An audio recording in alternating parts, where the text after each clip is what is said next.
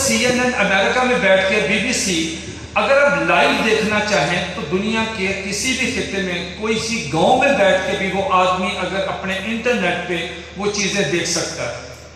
ہمارے انٹرنیٹ پہ دنیا کی بے شمار تنظیمیں، ادارے، لوگ اپنے اپنے مفادات کے لیے کام کرتے ہیں، لیکن مختلف مذاہب کے لوگ بھی کام کرتے ہیں، لیکن کامیاب وہ ہے اس وقت سوشل میڈیا پہ جو سب سے زیادہ پروپیگنڈا کرتا ہے۔ میں مختصر عرض کرتا ہوں کہ اس وقت عالمی مجلس تحفظ ختم نبوت پاکستان کے مرکزی امیر، پیر طریقت، رہبر شریعت و دارالعلماء حضرت مولانا پیر حافظ ناصر الدین خاکوانی دامت برکاتہم العالیہ سے کی زینت بن رہے ہیں۔ استقبال کیجئے نعرہ تکبیر، تاج تخت ختم نبوت، تاجدار ختم نبوت، اکابرین علماء امت، عالمی مجلس تحفظ ختم نبوت، نعرہ تکبیر۔ تشریف رکھیے۔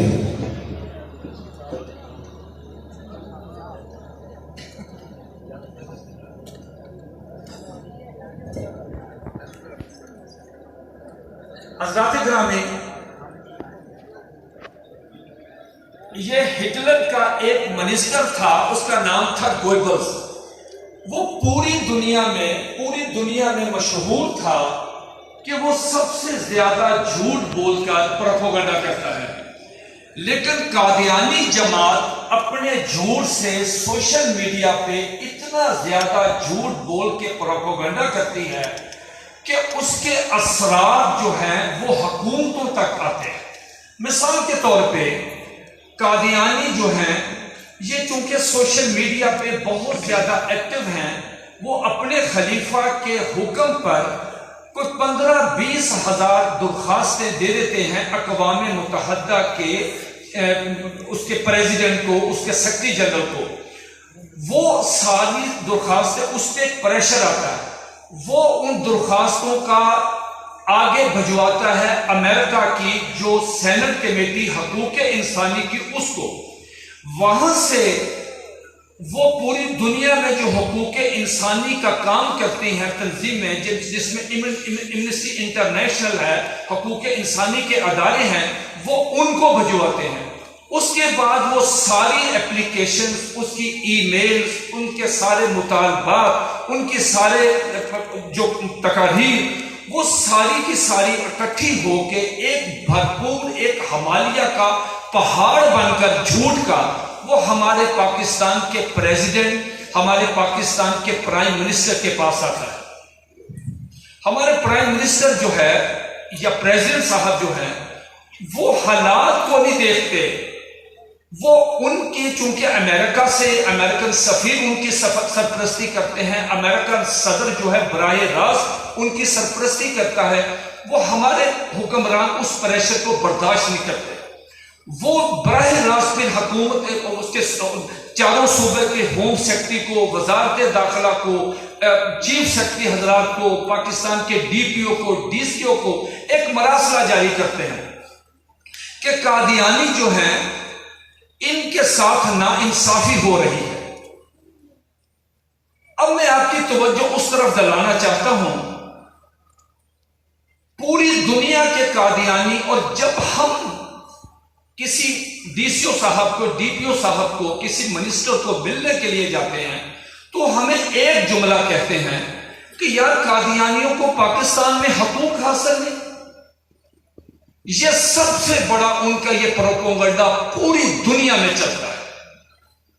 معزز حضرات گرامی، میں آپ کی وساطت سے جناب ڈی پی او صاحب کی خدمت میں، جناب ڈی سی او صاحب کی خدمت میں عرض کرتا ہوں کہ سر، میں غریب آدمی ہوں، اگر آپ مجھے اپنا چھوٹا بھائی سمجھ کے صرف مجھے ایک چیز بتا دیں، صرف ایک، پورے پاکستان کے تمام قادیانیوں کو، پورے پاکستان کی بیوروکریسی کو، پورے پاکستان کے حقوق انسانی کے اداروں کو، پورے پاکستان کی عدالتوں کو، سیکولر حضرات جو ان کی سرپرستی کرتے ہیں، صرف ایک حق بتا دیں، صرف ایک حق جو پاکستان میں قادیانیوں کو حاصل نہیں ہے۔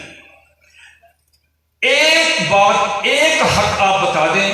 میں غریب آدمی ہوں، میں آپ کو اس ایک جملے پر 20,000 روپے نقد انعام پیش کرتا ہوں۔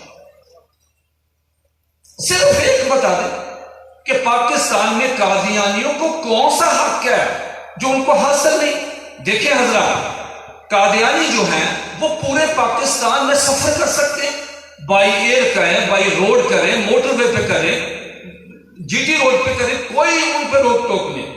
پورے پاکستان میں جہاں چاہیں وہ پرچیز کر سکتے ہیں، مکان خرید سکتے ہیں، بحریہ ٹاؤن میں، ڈی ایچ اے میں، ڈیفینس میں، جہاں چاہیں ان کے پلازے ہیں، ان کی زمینیں ہیں، ان کے کوٹھیاں ہیں، وہ کوئی کاروبار کر سکتے ہیں۔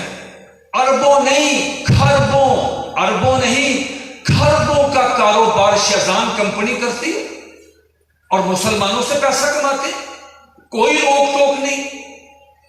کلیدی عہدوں پہ قادیانی بیٹھے ہوئے ہیں، تعلیمی اداروں کے سربراہ ہیں وہ۔ کوئی ایک حق تو بتا دیں، صرف ایک حق بتا دیں کہ جو قادیانیوں کو حاصل نہیں۔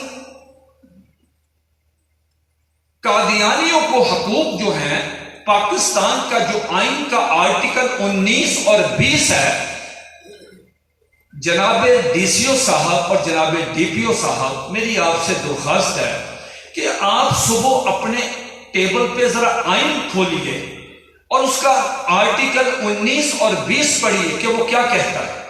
آرٹیکل 19 اور 20 کہتا ہے کہ پورے پاکستان میں تمام عیسائیوں کو، سکھوں کو، ہندوؤں کو، عیسائیوں کو، سکھوں کو، ہندوؤں کو، مرزائیوں کو، قادیانیوں کو اور مسلمانوں کو برابر کے حقوق ہیں۔ وہ اپنے مذہب کی تبلیغ کر سکتے ہیں، وہ لٹریچر تقسیم کر سکتے ہیں، وہ اس طرح کا جلسہ کر سکتے ہیں، اس میں قادیانی بھی شامل ہے۔ لیکن آئین اس کی 3 شرطیں لگاتا ہے، 3 شرطیں۔ وہ 3 شرطیں یہ جو کانفرنس ہو رہی ہے یہ بھی آئین کے آرٹیکل 19 اور 20 کے تحت کر رہے ہیں، اور اس کی 3 شرطیں ہیں، وہ 3 شرطیں ہم نے پوری کی ہیں اور یہ کانفرنس ہو رہی ہے۔ اگر ان 3 شرطوں میں سے ایک شرط بھی پوری نہ ہو تو متعلقہ ایس ایچ او صاحب آ کے اسٹیج پہ کہیں گے کہ صاحب آپ کانفرنس نہیں کر سکتے، آپ وائلیشن کر رہے ہیں قانون کی۔ چونکہ ہم نے 3 شرطیں پوری کی ہیں تو کانفرنس کر رہے ہیں، ہم لٹریچر بھی تقسیم کر رہے ہیں اور 3 شرطیں پوری کر رہے ہیں۔ اگر قادیانی، عیسائی، سکھ، ہندو اگر وہ 3 شرطیں پوری کرتے ہیں تو پاکستان کا آئین ان کو حق دیتا ہے کہ وہ جلسہ کریں، جلوس کریں، لٹریچر تقسیم کریں۔ پہلی شرط اس میں یہ ہے کہ وہ گروہ مسلمان بھی، عیسائی بھی، سکھ بھی، ہندو بھی اور قادیانی بھی قانون کو اور آئین کو تسلیم کریں گے۔ آئین کے آرٹیکل 106 اور آئین کے آرٹیکل 260 میں لکھا ہوا ہے، 7 ستمبر 1974 کو لکھ دیا گیا کہ قادیانی غیر مسلم ہے۔ جب قادیانی اپنے آپ کو غیر مسلم کہتے ہی نہیں ہیں تو حق کس چیز کا مانگ رہے ہیں؟ ان کی تو پہلی شرط پوری نہیں ہو رہی۔ اس کے بعد کہا کہ وہ قانون کو مانیں گے۔ قانون یہ کہتا ہے کہ قادیانی سپریم کورٹ کے فیصلوں کو تسلیم کریں۔ قادیانی سپریم کورٹ کے فیصلوں کو نہیں مانتے۔ دوسری شرط یہ ہے کہ ان کی کسی بھی تحریر سے، تقریر سے لا اینڈ آرڈر کی صورتحال پیدا نہیں ہوگی۔ اگر قادیانی لٹریچر تقسیم کریں اور اس لٹریچر میں لکھیں کہ مرزا قادیانی محمد رسول اللہ، اس کی بیوی ام المومنین ہے، اس کے 2 صحابہ کرام ہیں، اس کا شہر مکہ ہے، اس کی باتیں حدیث ہیں، اس پہ اترنے والی وحی قرآن مجید ہے، وہ لٹریچر تقسیم کریں، جلسہ کریں، اس میں یہ تقریریں کریں، تو لائن آرڈر کی صورتحال تو پیدا ہوگی، مسلمان تو ان کو چھوڑیں گے نہیں، لہذا دوسری شرط میں بھی پورے نہیں اترتے۔ اور تیسری شرط یہ ہے کہ جو بھی وہ لٹریچر تقسیم کریں گے، جو بھی جلسہ کریں گے، وہ اخلاقیات کے تحت ہوگا۔ اب قادیانیوں کا یہ عقیدہ ہے، کتاب کا نام ہے آئینہ کمالات اسلام، صفحہ نمبر 547 اور 548۔ مرزا غلام یہ وہی میں عرض کر رہا ہوں، جب بھٹو صاحب کی جب غیر مسلم اقلیت قرار دیا گیا، اٹارنی جنرل جی بختیار صاحب نے جب مرزا ناصر سے یہ پوچھا تھا